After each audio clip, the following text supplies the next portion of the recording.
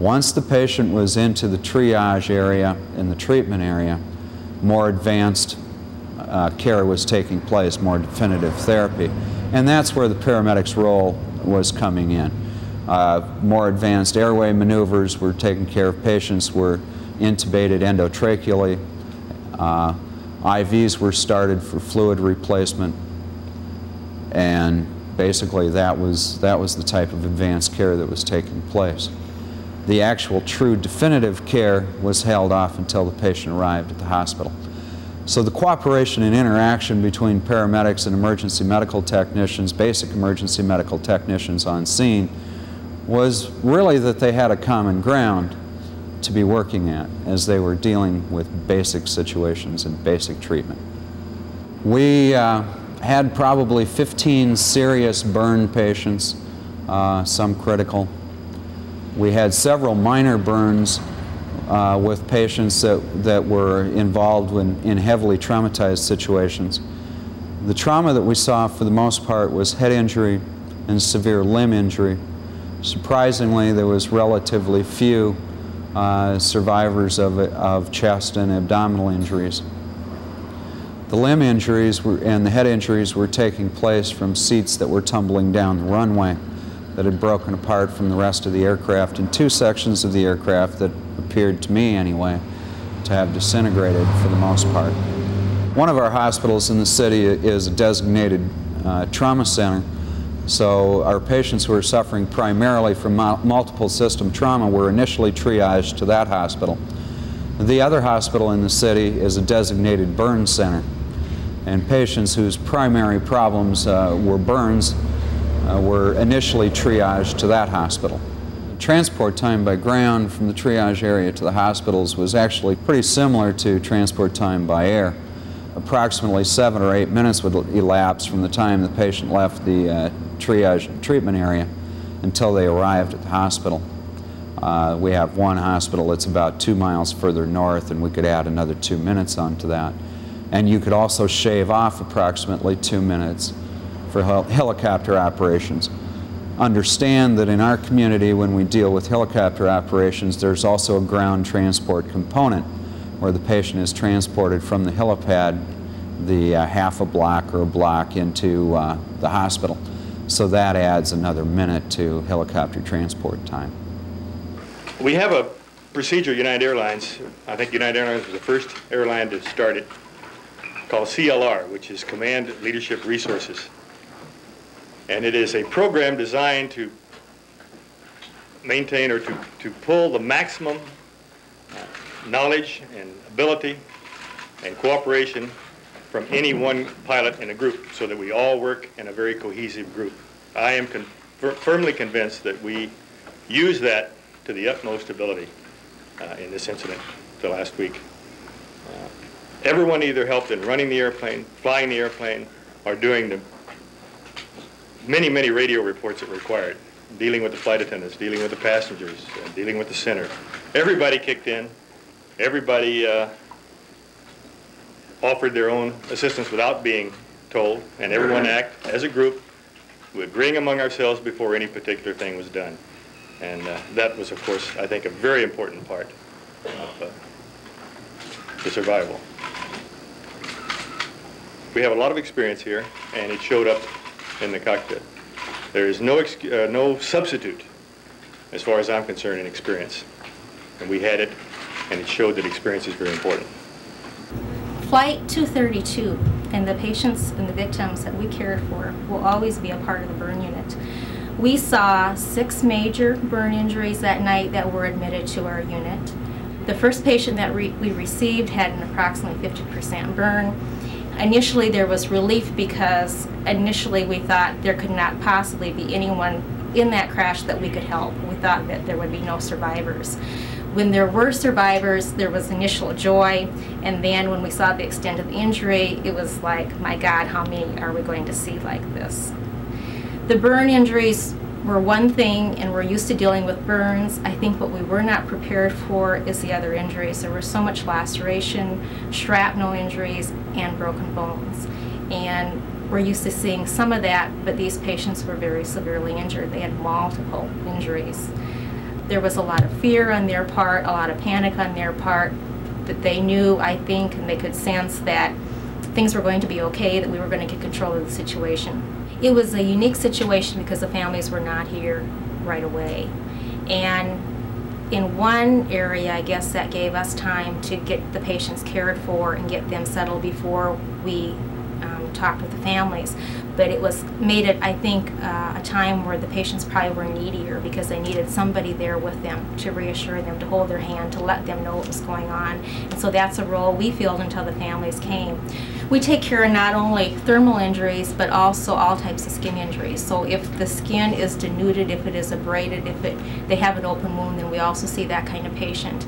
And there was one youngster who had a lot of lacerations, fractured bones, and then also had what we call a friction burn or a road rash. And he had that on a large part of his body, and that too can be full thickness or third degree. It will not heal on its own because the skin elements are gone, and so then that will have to be grafted. And so those are patients that we also cared for in the unit. The scene is quieter now at St. Luke's Emergency Room after over 80 patients were rushed in here this afternoon. Now, survivors are recovering, and the reality of what happened is starting to sink in.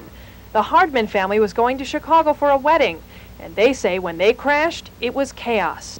We were down in a position where our forehead was against the chair in front of us, and the floor panel next to me blew. I turned my head to look, and all this debris flew in my face. The floor panel came up because we assumed that we had landed safely. I mean, for a second, because we hit down, and then all of a sudden, all the noise happened, and everyone was upside down and screaming, and there was fire. And when the plane just first hit, you know, it hit the wing. You could tell it wasn't right from the very beginning. And then when we got upside down, and you just tried to find your seatbelt, and I mean, you really didn't realize that, you know, until after you were out, you know, that you could have died in that. For Ryan and Shelley's mother, the time before impact was possibly the last chance for her family to ever be together. We held hands, and I told him I loved him very much. I found myself in an unusual position of being upside down looking out and could see everybody. I was never so happy in my life to see fatigues and flight suits and blue uniforms after serving 26 years on active duty. And I watched you guys just working like mad on all the other areas. Nobody knew where we were, but I knew you'd eventually find us. While assessing a stewardess in the area of what became known as the cockpit, my third man heard someone call out from the wreckage. At that time, he informed me as to what we had, and I informed our command center of the situation. We were able to determine, because at least one or two of the members of the crew inside the cockpit area were conscious, and we were able to converse with them, that there were 4 people trapped in this wreckage that to the naked eye did not resemble a cockpit area whatsoever. It was a mass of wreckage with large bundles of wire similar to telephone wires encircling it.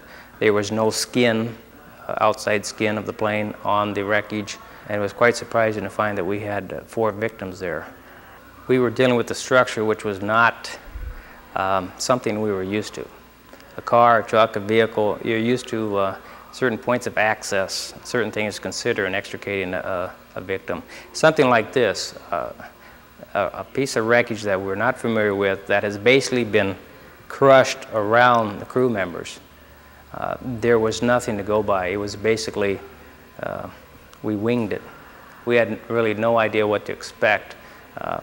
We had to basically go by what results accompanied our actions. Our crew, initially, after spotting the wreckage of the cockpit, were joined by a few members of the 185th Air Guard.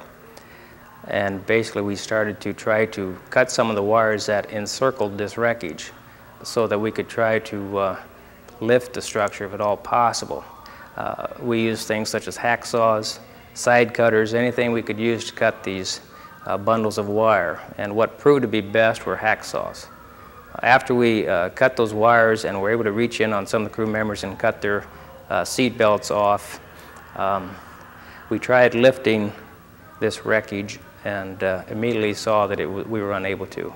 I called for the ELC rig, which carries things such as Hurst tools, pneumatic tools, and so forth. They arrived and we tried to use a couple of the tools, but we found out immediately that as we tried to lift up on one end of the wreckage, it put downward pressure on the other side, which meant that the crew members who were distributed fairly equally underneath this wreckage, as you lifted one end, you actually were putting pressure down on the other end. We stopped that immediately, and I called for a forklift. And basically I had an idea that if we could lift this structure straight up, then we could alleviate that problem of possibly further injuring one of the crew members. I was sent a crane and a forklift almost simultaneously. At that time I decided that we would utilize the forklift because I felt that forklifts have a little bit more exacting control in raising and lowering than a crane could have. I was afraid of a crane slipping. We moved the forklift in close to the wreckage, and I instructed the forklift operator, who was a guardsman, to run the forks above the wreckage. We strung a chain around the forks down throughout different various trusses of the wreckage, and we stationed a monitor at each individual in their area around the wreckage. And their job was to call out if any of our movements of the wreckage would, place additional pressure on them or cause them injury. Instructed the forklift operator to raise the wreckage 6 inches and hold. And at that time, I checked with each monitor because we were able to converse with, at some times, with all members of the crew. And it appeared at that time that the wreckage was being lifted up equally off all members and not putting pressure on any of the crew members. We continued to lift it, and basically one crew member came out almost immediately, almost under his own power. We continued to remove them one at a time on backboards. We had a little more difficulty with the pilot, Captain L. Haynes. The throttle controls were inverted on top of his head. His leg was back up around the yoke. We had to cut the yoke.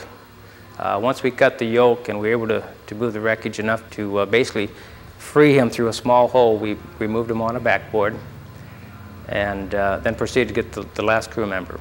We strung a second chain in the meantime in case there was any failure of the truss work within this wreckage. We freed the fourth member and then raised the entire wreckage to see if there was possibly another victim under the wreckage elsewhere. At that time, basically our extrication was complete, and we joined the forces in several searches of the cornfields around the fuselage area.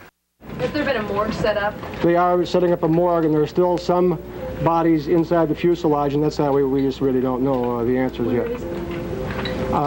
It's being set up here somewhere on the airport grounds. I don't have the exact location at this point in time, and the bodies have not been removed. They're still out there being investigated by the board.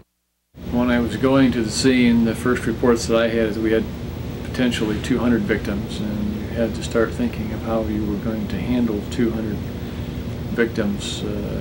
Processing that number, the magnitude of that was somewhat overwhelming, but fortunately when I got to the scene, the numbers quickly reduced to 100 to 120, which is still a large number. But our major concern whenever we go to a site like that, my major concern at that point in time was making sure that nothing was disturbed that could potentially help us in identifying bodies. We had 3 different teams, had a biopathologist going into the three areas that we gridded the field off. We took pictures of the individuals as they lay, and also had scribes writing all the descriptive things or the things we felt were important besides taking the measurements from our coordinate. So we had a lot of people taking pictures and taking down information. I think one of the things that we wanted to make sure is too much. There's no such thing as too much information. We could always sift through what we didn't need, but we wanted to make sure we took down everything. We were observing everything we could.